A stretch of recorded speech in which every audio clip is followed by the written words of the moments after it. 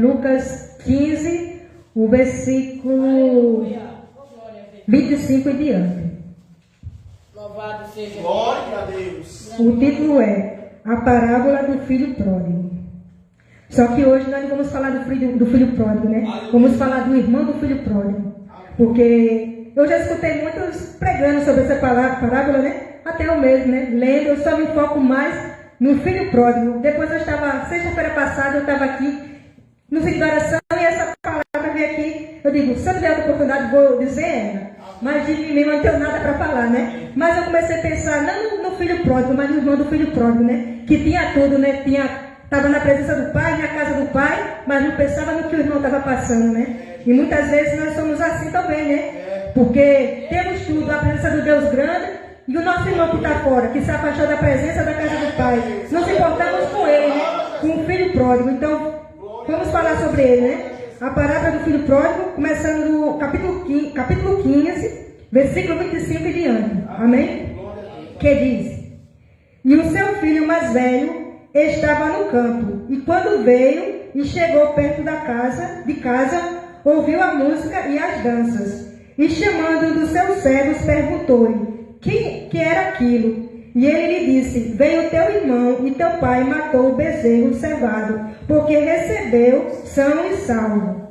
Mas ele se indignou e não queria entrar. E saindo o pai estava com ele. Mas respondendo ele, disse ao pai: Eis que eu tenho te servido há tantos anos, sem nunca restringir o teu mandamento, e nunca me deste nenhum cabrito para alegrar-me com os meus amigos. Vindo, porém, este teu filho, que desperdiçou a tua fazenda com as meretrizes, mataste-lhe o bezerro cevado. E ele lhe disse: Filho, tu sempre estás comigo, e todas as minhas coisas são tuas. Mas era justo alegrarmos e regozijarmos, porque este teu irmão estava morto e reviveu, tinha se perdido e foi achado. Então, como esse versículo mostra, né? Nós sabemos muito bem a parábola do filho pródigo, né? O homem tinha dois filhos. Um filho que sempre estava andando nos seus caminhos, sempre estava na sua casa e sempre agradando o pai. E tinha um outro, né, que era o filho pródigo, que lá estava, mas não estava contente de estar na casa do pai. Tinha tudo que o pai lhe oferecia e estava nos cuidados do pai.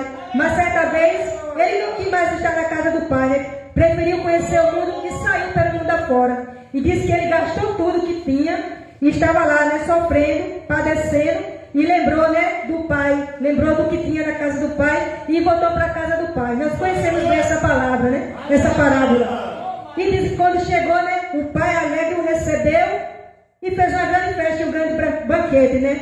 E diz que o irmão dele, né, que é esse que nós vamos falar, ele estava trabalhando, né, ou seja, fazendo o serviço do pai, né. E a gente também estamos assim, fazendo o serviço do pai, o que Deus colocou na minha e na tua mão. Nós, como servos do Senhor, estamos a todo instante. Mas e o filho pródigo? Aquele que foi desgarrado, aquele que estava conosco, nosso irmão, que a todo tempo estava conosco, comendo o maná do Pai, se alimentando na presença do Pai e louvando e agradecendo conosco na casa do Pai.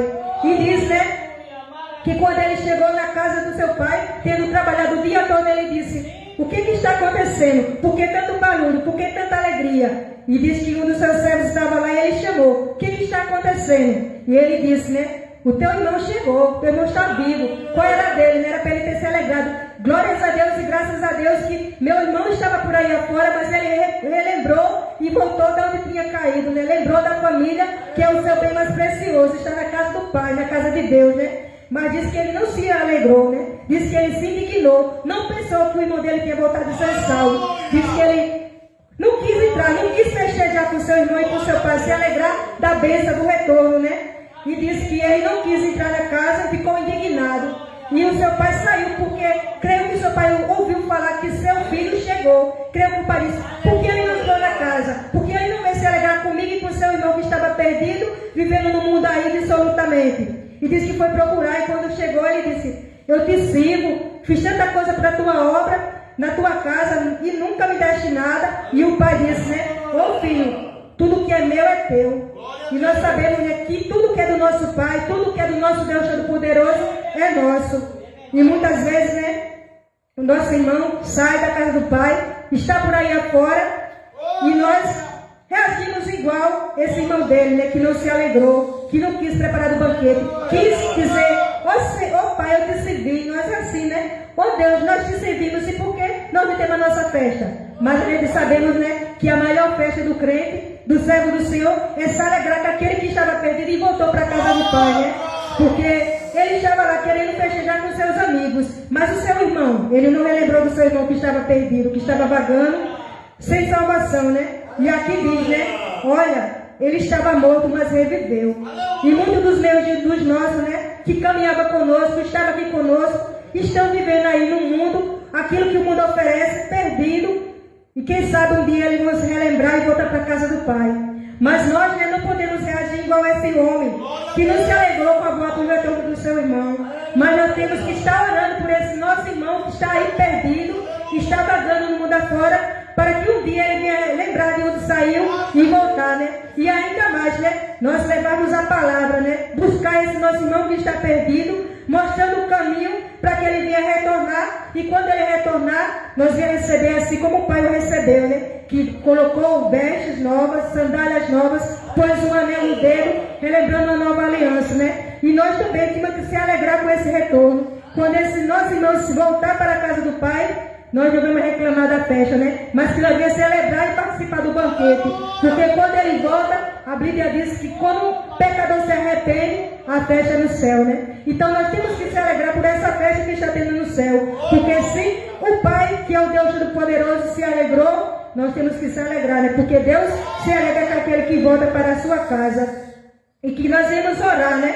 Não ficar dizendo por que voltou, mas temos que orar por esse que está lá e para que nós também não venhamos agir como filho pródigo, né? Sair da casa do Pai, mas que nós venhamos estar orando e cada dia mais buscar a presença desse Deus que é grande, né? E eu agradeço a oportunidade de